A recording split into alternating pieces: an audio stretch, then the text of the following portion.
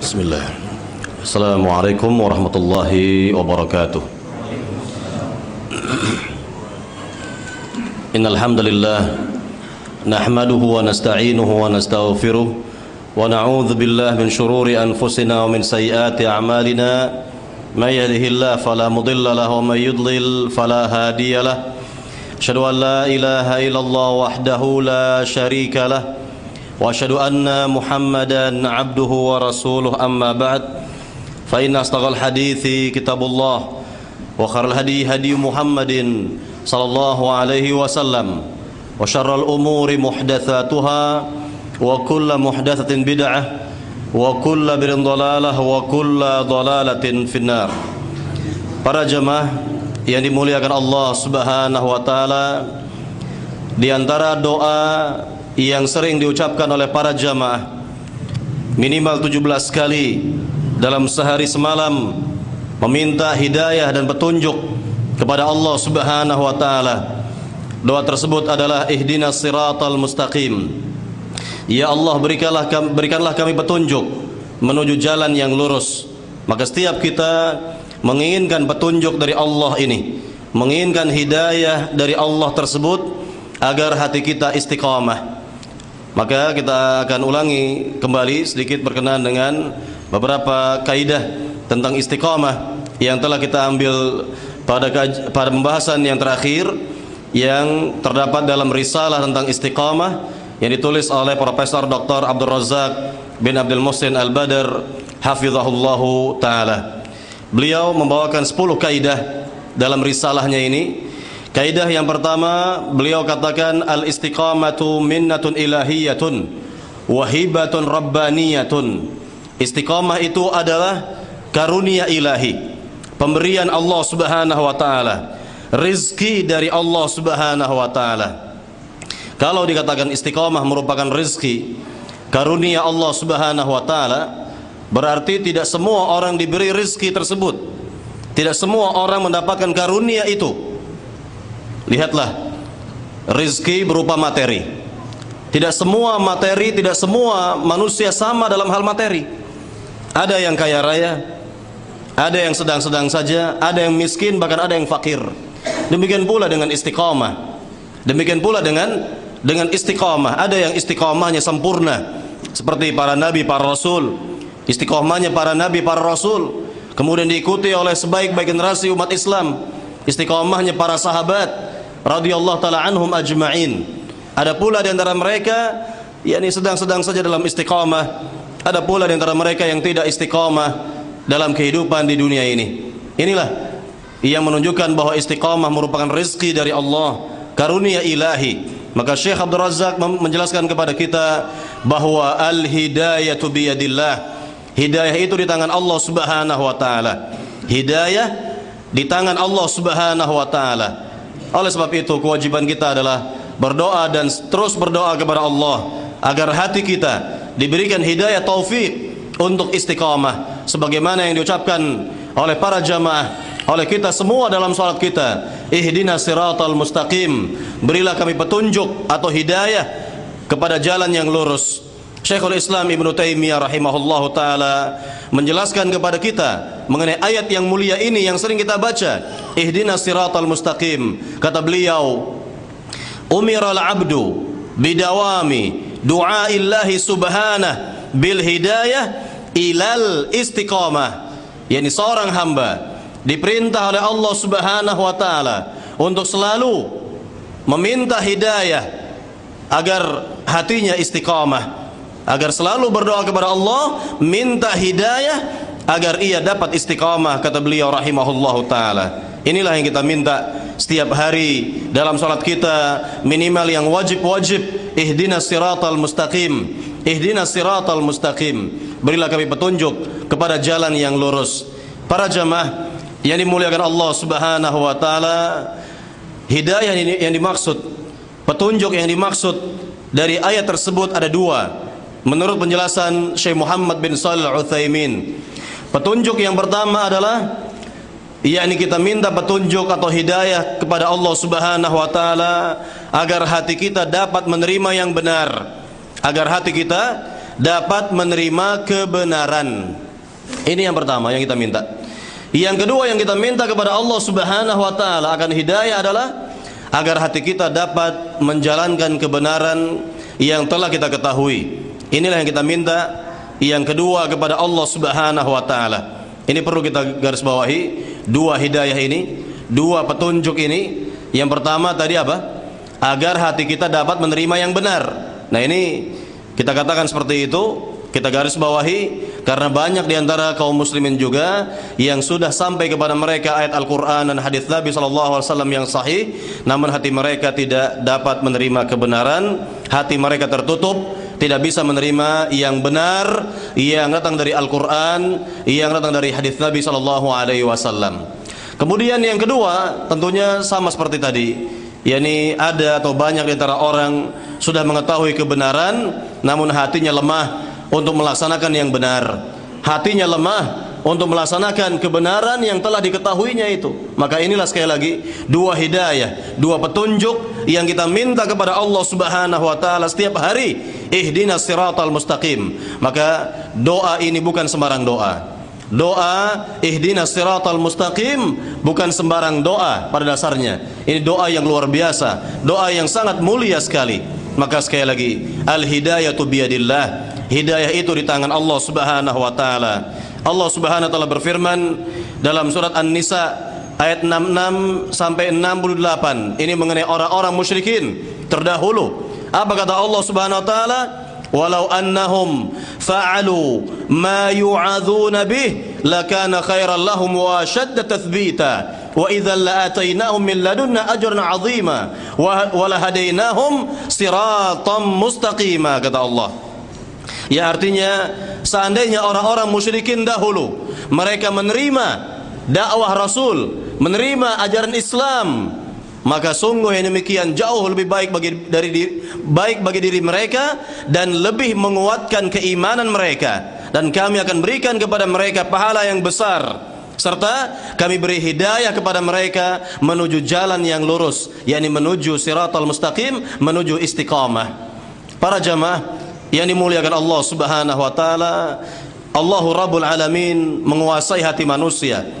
Allah Subhanahu wa taala dapat memberikan hidayah dan petunjuk kepada hati siapa saja yang Ia kehendaki. Sebagaimana Allah Subhanahu wa taala berfirman dalam surat Al-An'am ayat 39, Allah berfirman, "May yasha'illahu yudlil wa may yasha' yaj'alhu 'ala siratim mustaqim." Barang siapa dikehendaki sesat oleh Allah, maka dia akan sesat, dan barang siapa dikehendaki berada pada jalan yang lurus, yang istiqamah, maka ia akan berada pada jalan yang lurus atau istiqamah, kata Allah Subhanahu wa taala. Jadi sekali lagi, al-hidayatu biyadillah, hidayah di tangan Allah Subhanahu wa taala. Suatu hari Nabi SAW berdoa. Dalam doanya Nabi berkata, Allahumma ya muqallibal qulub tsabbit qalbi ala dinik. Ya Allah, zat yang dapat membolak-balikan hati, tetapkanlah hatiku di atas agamamu. Maka Ummu Salamah, salah seorang dari istri Nabi, beliau bertanya kepada Nabi SAW, Ya Rasulullah, awa innal quluba la tataqallab?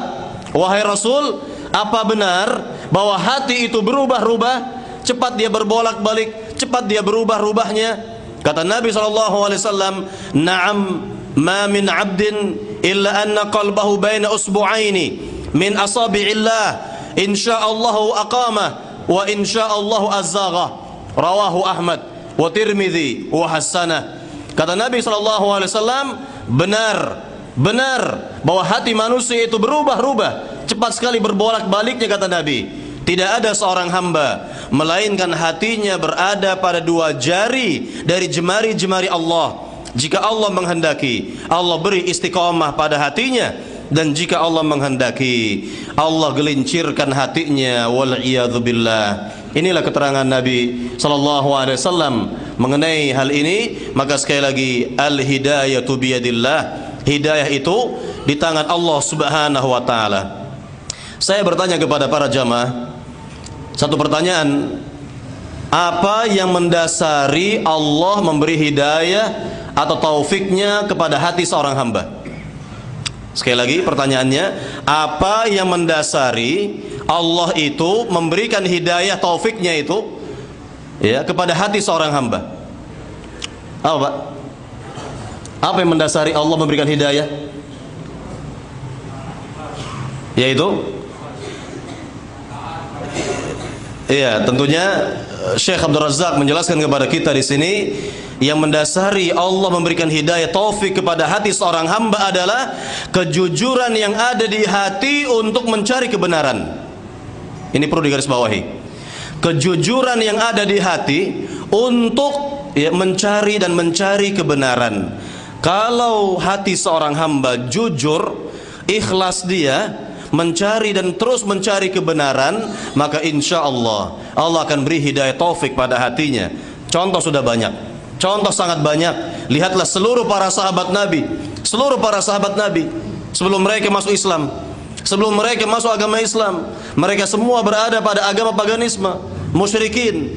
Namun mereka jujur mencari kebenaran dan terus mencari kebenaran, yang akhirnya Allah beri hidayah kepada hati mereka.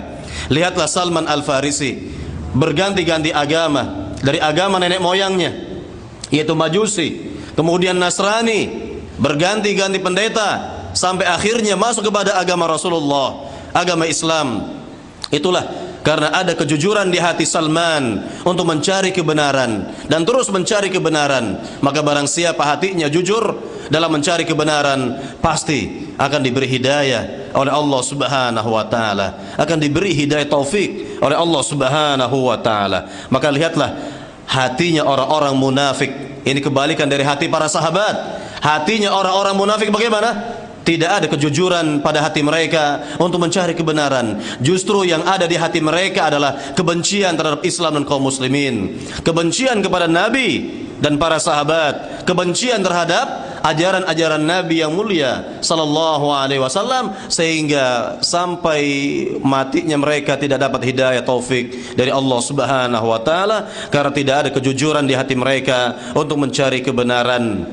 Para jamaah yang dimuliakan Allah Subhanahu wa taala, oleh sebab itu di antara salafus salih berdoa kepada Allah Subhanahu wa taala, di antaranya Al-Imam Hasan Al-Basri berdoa kepada Allah agar diberikan rizki berupa istiqamah. Apa kata beliau dalam doanya? Allahumma rzuqni al-istiqamah.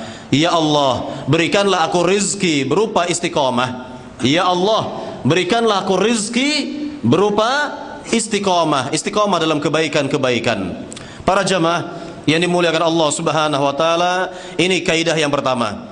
Kemudian kaidah yang kedua, Syekh Abdul Razak mengatakan kepada kita, hakikatul istiqamah luzumul manhaj al-qawim was-siratil mustaqim. Hakikat dari istiqamah itu adalah komitmen di atas manhaj atau jalan yang lurus, di atas manhaj atau jalan yang lurus. Para jamaah yang dimuliakan Allah Subhanahu wa taala, tentu hal ini berdasarkan ayat yang mulia yang bisa kita lihat dalam surat Fussilat ayat 30. Allah Subhanahu wa taala berfirman mengenai orang-orang yang istiqamah, yang komitmen di atas jalan yang lurus. Allah berfirman, innalladzina qalu rabbunallah thumma istaqamu tatanazzalu alaihimul malaika alla takhafu wa la tahzanu wa abshiru bil jannati allati kuntum tu'adun. Ya, artinya sungguhnya orang-orang yang berucap Rabb kami adalah Allah, kemudian mereka bersikap istiqamah, maka turunlah kepada mereka, yakni ketika mereka akan wafat. Ini diantara kebaikan yang Allah berikan kepada para hamba yang istiqamah di dunia. Turunlah para malaikat yang menghibur mereka. Apa kata malaikat kepada para hamba yang sedang dalam keadaan sekarat atau naza' atau sakaratul maut? Alla takhafu, jangan kalian takut, wala tahzanu, jangan berduka cita, jangan bersedih, wa abshiru bil jannati allati kuntum tu'adun, dan bergembiralah dengan surga yang telah Allah janjikan untuk diri kalian. Inilah di antara kebaikan-kebaikan yang banyak sekali yang Allah berikan kepada siapa saja di antara para hamba yang berusaha berupaya untuk istiqamah dalam kehidupan di dunianya ini. Para jamaah yang dimuliakan Allah Subhanahu wa taala, kita dengarkan sekarang keterangan dari para sahabat, para salafus salih tentang hakikat istiqamah. Yang pertama adalah keterangan dari sahabat Nabi yang mulia, khalifah pertama. Siapa dia? Abu Bakar Siddiq radhiyallahu ta'ala an. Apa kata beliau mengenai istiqamah? Beliau mengatakan istiqamah itu adalah yakni bertauhid kepada Allah dan tidak berbuat syirik kepada Allah Subhanahu wa taala. Bertauhid kepada Allah dan tidak berbuat syirik kepada Allah Subhanahu wa taala. Maka siapa saja yang dalam kehidupan dunia ini sampai wafatnya menjaga tauhidnya, menjaga keikhlasan amalnya, ibadahnya karena Allah, dan tidak berbuat syirik kepada Allah Subhanahu wa taala dengan apapun bentuknya sampai wafatnya, maka ini bagian dari istiqamah. Ini komitmen di atas tauhid, komitmen di atas tauhid dan tidak berbuat syirik kepada Allah, dan itu pengertian istiqamah menurut Abu Bakar Siddiq radhiyallahu taala an.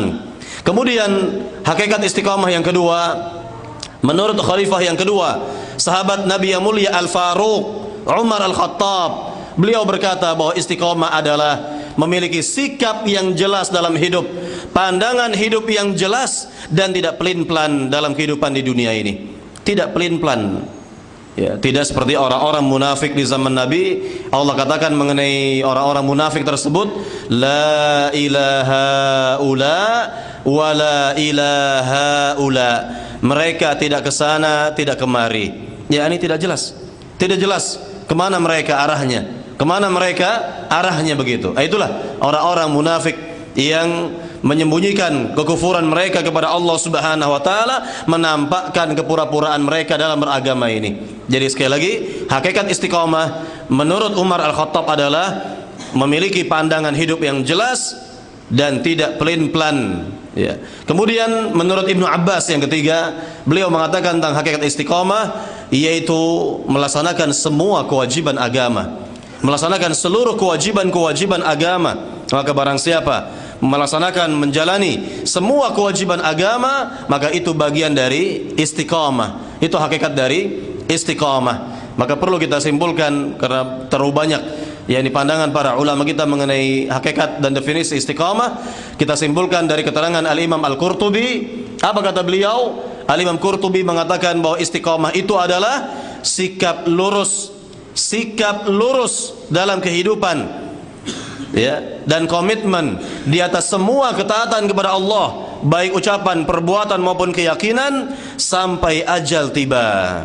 Sampai ajal tiba. Saya ulangi, ya, menurut Imam Qurtubi, istiqamah adalah sikap lurus dalam kehidupan dan komitmen di atas semua ketaatan kepada Allah, baik ucapan, perbuatan maupun keyakinan, sampai ajal tiba, kata beliau rahimahullahu taala. Para jamaah yang dimuliakan Allah Subhanahu wa taala, inilah kaidah yang kedua berkenaan dengan hakikat dari istiqamah, yaitu komitmen di atas manhaj atau jalan yang lurus. Kemudian kaidah yang ketiga, Syekh Abdul Razak mengatakan kepada kita, aslul istiqamati istiqamatul qalbi. Pokok dari istiqamah itu adalah istiqamahnya hati. Ini sesuai dengan hadis Nabi SAW yang Nabi SAW bersabda kepada kita semua. Kata Nabi SAW, ini hadis yang dihasankan oleh Syalbani dalam kitabnya As-Sahihah. Nabi SAW bersabda, la yastaqimu imanu abdin hatta yastaqima qalbuh, kata Nabi. Tidaklah istiqamah iman seorang hamba sampai hatinya istiqamah, kata Nabi. Tidak akan istiqamah iman seorang hamba sampai hatinya yang istiqamah, kata Nabi SAW. Dan ini sesuai dengan hadis Nabi yang lain, hadis Nabi dalam riwayat Bukhari Muslim yang menunjukkan bahwa hati sebagai pimpinan bagi tubuh kita, raja bagi tubuh kita. Ala wa inna fil jasadi mudghah, idza salahat salahal jasadu kulluh, wa idza fasadat fasadal jasadu kulluh, ala wahya al qalbu. Ketahuilah bahwa dalam tubuh manusia terdapat segumpal daging. Apabila dia baik, baik pula lah anggota tubuhnya yang lain. Jika ia sudah rusak, rusak pula lah anggota tubuhnya yang lain. Ketahuilah bahwa segumpal daging tersebut dinamakan dengan qalbu, atau bahasa dakwah kita adalah hati. Inilah yang menjadi peranan atau yang sangat berperan dalam kehidupan kita di dunia ini. Baik buruknya kehidupan kita tergantung dengan hati kita masing-masing. Bahkan lebih dari itu, diterima atau tidaknya amal-amal kita tergantung dengan hati kita masing-masing.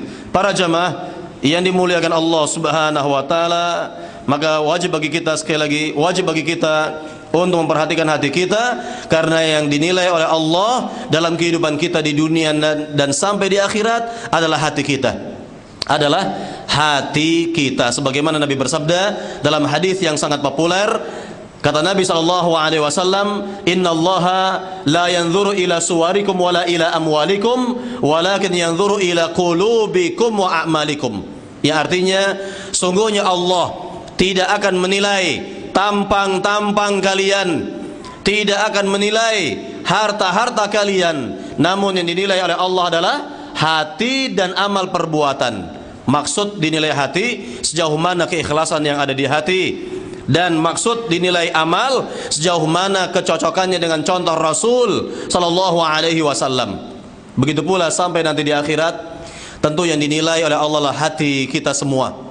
Sebagaimana Allah Subhanahu wa taala berfirman dalam surat Ghafir ayat 88-89, Allah berfirman, "Yauma la yanfa'u malun wala banun illa man atallaha biqalbin salim." Suatu hari yang tiada bermanfaat harta dan keturunan kecuali hamba yang menghadap Allah dengan hati yang selamat, hati yang bersih. Inilah yang dinilai oleh Allah Subhanahu wa taala. Para jamaah yang dimuliakan Allah Subhanahu wa taala, ini kaidah yang ketiga. Sekarang kaidah yang keempat, Syekh Abdul Razak mengatakan kepada kita, al-istiqamatul matlubah minal abdi hiya sadad fa illam yaqdir fal muqarabah. Kata beliau hafizahullah taala, istiqamah yang diharapkan dari seorang hamba adalah as-sadad, yaitu cocok dengan contoh Rasul dalam beragama. Jika belum mampu, fal muqarabah, yakni berusaha untuk terus mendekat kepada contoh Rasul, sunnah Nabi sallallahu alaihi wasallam. Ini sesuai dengan hadis Nabi. Kaidah ini diambil dari hadis Nabi sallallahu alaihi wasallam, di mana Nabi bersabda dalam hadis yang dikeluarkan oleh Imam Bukhari dari sahabat Abu Hurairah. Nabi bersabda, "Inna ad-dina yusrun." Sungguhnya agama ini mudah. "Wala yushad ad-din illa ghalabah." Dan tidak ada yang memberat-beratkan agama kecuali dia akan binasa. "Fasaddidu wa qaribu wa abshiru," kata Nabi SAW. Maka wajib bagi kalian untuk cocok dengan contohku dalam beragama ini, atau berusaha semakin mendekat kepada contohku dalam beragama, maka kalian akan diberikan kabar gembira oleh Allah Subhanahu wa taala. Jadi sebenarnya yang diinginkan oleh Rasul dalam hadisnya ini apa, Pak? Nabi tadi mengatakan saddidu wa qaribu, kata Nabi. Hendaknya kalian cocok, wajib bagi kalian untuk menyesuaikan yakni ibadah dengan contohku, atau qaribu, mendekat dengan contohku. Apa sebenarnya yang diinginkan oleh Rasul? Yang sebenarnya diinginkan oleh Nabi kepada kita adalah kualitas dalam beragama, kualitas dalam beribadah. Karena yang diinginkan oleh Allah adalah kualitas ibadah, bukan kuantitas. Allah berfirman dalam surat Tabarak, surat Al-Mulk ayat 2, apa bunyinya? "Alladzi khalaqal mauta wal hayata liyabluwakum ayyukum ahsanu amala." Yang artinya, dialah Allah yang telah mencipta kematian dan kehidupan guna menguji kalian, siapakah di antara kalian yang paling baik amalnya. Lihat di sini, yang paling baik, bukan yang paling banyak, bukan yang paling banyak. Nah, ini kebalikan di antara kaum muslimin di negeri kita ini. Yang mereka kejar apa? Yang mereka kejar adalah yang penting banyaknya ibadah, kan begitu?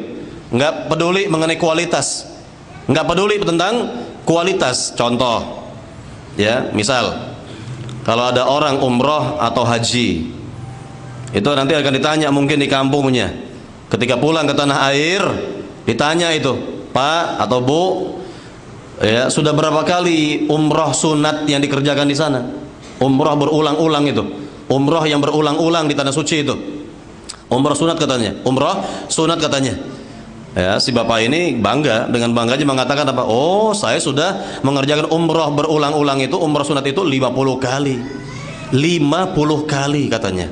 Yakni ya, mondar-mandir Tan'im Masjidil Haram. Tan'im Masjidil Haram mondar-mandir 50 kali. Dan itu kebanggaan baginya. Sudah mengerjakan ya umrah berulang-ulang, umrah sunat 50 kali. Padahal Nabi Muhammad orang Mekah asli, Rasulullah SAW orang Mekah asli. Berapa umrahnya selama hidup beliau, Pak? Berapa, Pak? Umrahnya Nabi Muhammad orang Mekah asli itu. Umrahnya berapa? Berapa kali beliau umrah? Kalau haji sekali seumur hidup beliau, betul. Tahun ke-10 Hijriah. Umrahnya berapa kali Nabi Muhammad SAW? 3 atau 4 kali. Cuma 3 atau 4 kali dalam seumur hidup beliau. Itu umrah orang Mekah asli. Ya, 3 atau 4 kali lah Rasulullah SAW itu berumrah. Ini dengan bangganya mengatakan saya sudah berumrah 50 kali. Ini berarti yang dikejar adalah kuantitas, ya, bukan kualitas. Yakni ibadah seperti ini tidak ada contoh dari Nabi sallallahu alaihi wasallam. Tidak ada contohnya dari Nabi sallallahu alaihi wasallam. Dan sebenarnya ucapan Nabi ini sadidu wa qaribu sesuai dengan apa yang kita jumpai di lembaga pendidikan. Misal seorang dosen, seorang guru akan berkata kepada murid-muridnya, hendaknya kalian dalam ujian semester ini mencapai nilai 100. Kalau dikatakan ya murid ya mahasiswa mencapai nilai 100, berarti jawabannya apa? Sempurna, sesuai dengan kurikulum, sesuai dengan apa yang diajarkan oleh dosen, kan begitu. Ya, inilah yang dimaksud dengan sadidu, cocok dengan ajaran Nabi, cocok betul dengan ajaran Rasul sallallahu alaihi wasallam. Dan makna qaribu, hendaknya kalian berusaha mendekat dan berusaha semakin mendekat dengan contoh Rasul. Ya, ilustrasinya tadi, ya, seorang dosen, seorang guru akan mengatakan, kalau kalian mendapat nilai 70 sudah bagus. Kalau mendapatkan nilai 80 lebih bagus lagi, mendapatkan nilai 90 lebih bagus lagi, kan begitu. Kan semakin sempurna jawabannya itu. Sehingga semakin tinggi pula nilai yang didapat, ya, yang diperoleh. Begitulah jika kita yakni berusaha dan terus berusaha mendekat dan terus mendekat, semakin mendekat kepada contoh Rasul dalam beragama, maka semakin bernilai di sisi Allah Subhanahu wa taala. Dan inilah yang dimaksud dari hadis Nabi, saddidu wa qaribu, hendaknya kalian wajib bagi kalian cocok dalam beragama dengan contohku, atau kata Nabi, yakni berusaha semakin mendekat dan semakin mendekat dengan contohku dalam beragama, kata Nabi yang mulia sallallahu alaihi wasallam. Para jamaah yang dimuliakan Allah Subhanahu wa taala, dalam hal ini ada satu doa yang Nabi ajarkan kepada Ali bin Abi Thalib dalam hadis yang sahih. Nabi berkata kepada Ali bin Abi Thalib, "Qul, wahai Ali, ucapkanlah dalam doamu, Allahumma hdini wasaddidni. Allahumma hdini wasaddidni, ya Allah, berikanlah aku hidayah atau petunjuk dan cocokkanlah amalku dengan contoh nabimu yang mulia sallallahu alaihi wasallam." Itu makna saddidni. Allahumma hdini, ya Allah berikanlah aku petunjuk atau hidayah, wasaddidni, dan cocokkanlah amal-amalku, ibadah-ibadahku dengan contoh nabimu Muhammad sallallahu alaihi wasallam. Jadi sekali lagi inilah doa yang bisa kita baca pula setiap hari, Allahumma hdini wasaddidni. Kita dengarkan, karena Nabi ia memberikan doa ini, Nabi sendiri yang menjelaskan apa maksud wasaddidni. Kata Nabi SAW, wasadad sadadas sahmi, dan yang dimaksud dari sadad, kata Nabi, yaitu sadad as-sahm, yakni anak panah yang tepat mengenai sasarannya, betul-betul cocok, betul-betul tepat sekali mengenai sasarannya. Jadi kalau kita berusaha dan terus berusaha beramal, beribadah cocok dengan contoh Rasul, maka ya kalau ditakdirkan oleh Allah Subhanahu wa taala, kalau ditakdirkan oleh Allah Subhanahu wa taala bahwa amal kita betul-betul cocok, betul-betul sempurna, betul-betul mengenai sasarannya, mengenai atau sesuai dengan contoh Rasul, maka akan bernilai tinggi di sisi Allah Subhanahu wa taala. Maka kita ingat dalam surat Fussilat, ya, dalam ayat yang mulia, dalam ayat yang mulia, ya, dalam surat Fussilat, ya, Allah Subhanahu wa taala berfirman, "Fastaqimu ilaihi wastaghfiruh." Beristiqomahlah kalian dan minta ampunlah kalian kepada Allah Subhanahu wa taala. Nah, timbul pertanyaan di sini, mengapa Allah Subhanahu wa taala memberikan kepada kita dua perintah sekaligus? Perintah yang pertama, perintah untuk istiqomah, dan perintah yang kedua adalah minta ampun kepada Allah Subhanahu wa taala. Kenapa, Pak? Mengapa Allah berfirman seperti ini? Fastaqimu ilaihi wastaghfiruh. Istiqomahlah kalian dan minta ampunlah kalian kepada Allah. Kenapa? Jawabannya adalah bagaimanapun istiqomahnya seorang hamba, tetap ia memiliki kelemahan. Tetap saja ia memiliki kekurangan-kekurangan. Oleh sebab itu, ia diperintah bahkan oleh Allah untuk, ya, memohonkan ampun atau meminta ampunan dari Allah Subhanahu wa taala, beristighfar kepada Allah Subhanahu wa taala. Jadi bagaimanapun kita berusaha untuk dapat istiqamah, tetap saja kita memiliki kekurangan, tetap saja kita memiliki kelemahan-kelemahan, sehingga kita diperintahkan oleh Allah untuk beristighfar, banyak-banyak beristighfar kepada Allah Subhanahu wa taala. Maka inilah yang diperlukan, ya, dalam kehidupan ini, ya, tentunya kita ingat kepada Allah Subhanahu wa taala, kita minta tolong kepada Allah Subhanahu wa taala, dan ini pula yang kita ucapkan dalam salat kita, iyyaka na'budu wa iyyaka nasta'in. Hanya kepada Engkaulah kami beribadah dan hanya kepada Engkaulah kami minta pertolongan. Saya kira sampai di sini terlebih dahulu 4 kaidah yang diberikan pada siang hari ini kita jelaskan di siang hari ini, dan kita akan lanjutkan lagi nanti pada kajian berikutnya insyaallah taala. 1-2 pertanyaan boleh terkait dengan materi lebih utama. Silakan, ada pertanyaan? Nah, silakan, Mbak.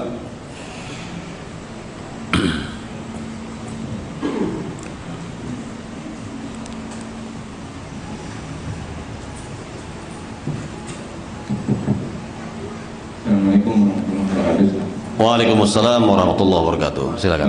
Terkait ihdinas siratal mustaqim tadi, bagaimana menjawab pertanyaan yang mengatakan bahwa jika Islam itu benar, kenapa setiap sholat selalu membaca doa ihdinas siratal mustaqim? Iya. Pertama itu. Yang kedua, yang pertama sudah saya jawab tadi. Sebenarnya saya syaratkan bahwa hati manusia ini berubah-ubah. Cepat sekali hati kita ini berubah-ubah. Cepat sekali hati kita ini berbolak-balik. Makanya minimal kita minta hidayah, petunjuk, agar kita berada pada jalan yang lurus itu 17 kali sehari semalam. Dikarenakan tadi, ya, hati kita ini cepat sekali berubah-ubah. Sebagaimana pertanyaan dari Ummu Salamah, ya Rasulullah, awa innal quluba la tataqallab, wahai Rasul, apa benar bahwa hati kita ini cepat sekali berubah-ubahnya, berbolak-baliknya? Nabi mengatakan, na'am, benar. Ya, ma min 'abdin illa anna qalbahu baina usbu'ain wa baina usbu'ain min asabi'illah, insyaallah aqama wa insyaallah azagha. Benar bahwa hati manusia ini cepat sekali berubah-ubahnya, cepat sekali berbolak-baliknya, ya. Dan tidak ada seorang hamba melainkan hatinya berada pada 2 jari dari jemari-jemari Allah. Jika Allah kehendaki, Allah beri hidayah, ya, Allah beri istiqamah pada hatinya, dan jika Allah kehendaki, Allah gelincirkan hatinya, kata Nabi. Bahkan dalam hadis yang lain, Nabi jelaskan bahwa ada di antara manusia di pagi hari masih beriman kepada Allah, di sore hari ternyata dia sudah kufur kepada Allah Subhanahu wa taala. Ini ada, kata Nabi. Jadi di antara manusia seperti itu. Makanya kita selalu ya meminta hidayah taufik kepada Allah Subhanahu wa taala agar hati ini berada dalam kebaikan-kebaikan. Nah, satu lagi, yang kedua terkait alasan Allah memberikan hidayah tadi karena ketiduran. Dalil ininya apa nih? Baik Quran atau hadisnya? Tadi sudah saya berikan juga isyarat jawabannya yang terdapat dalam surat An-Nisa ayat 66-68 mengenai orang-orang musyrik. Seandainya mereka jujur mencari kebenaran, apa kata Allah? Walau annahum fa'alu ma yu'adzuna bih lakana khairan lahum wa ashadda tathbita wa idzal la'atainahum min ladunna ajran 'azima wa lahadainahum siratan mustaqima. Seandainya orang-orang musyrik dahulu, kata Allah, mereka jujur mencari kebenaran, maka niscaya kami akan berikan, ya, kebaikan pada diri mereka. kebaikan pada diri mereka, dan kami akan lebih kuatkan iman mereka. Kami berikan pahala yang besar dan kami berikan hidayah ya kepada jalan yang lurus, kepada jalan yang lurus. Maka bisa kita lihat kenyataan dalam kehidupan kita di masyarakat di zaman sekarang ini banyak seperti itu. Ya, siapa saja ya dari para hamba yang terus mencari kebenaran, maka hatinya akan mendapatkan hidayah taufik dari Allah Subhanahu wa taala. Tetapi kalau tidak ada kejujuran di hatinya, tidak mungkin mendapatkan hidayah taufik dari Allah Subhanahu wa taala. Dan bisa kita lihat di zaman sekarang banyak orang-orang non-muslim di zaman sekarang masuk Islam. Kenapa? Karena ada kejujuran di hati mereka untuk mencari kebenaran dan terus mencari kebenaran. Maka Allah beri hidayah taufik pada hati mereka. Wallahu taala alam. Sekira sampai di sini pembahasan kita terlebih dahulu. Mudah-mudahan apa yang dikaji ini bermanfaat. Lebih kurangnya saya mohon maaf. Wallahu taala alam. Sallallahu Muhammad walhamdulillahirabbil alamin. Subhanakallahumma wabihamdik, la ilaha illa ant, astaghfiruka wa atubu ilaik. Assalamualaikum warahmatullahi wabarakatuh.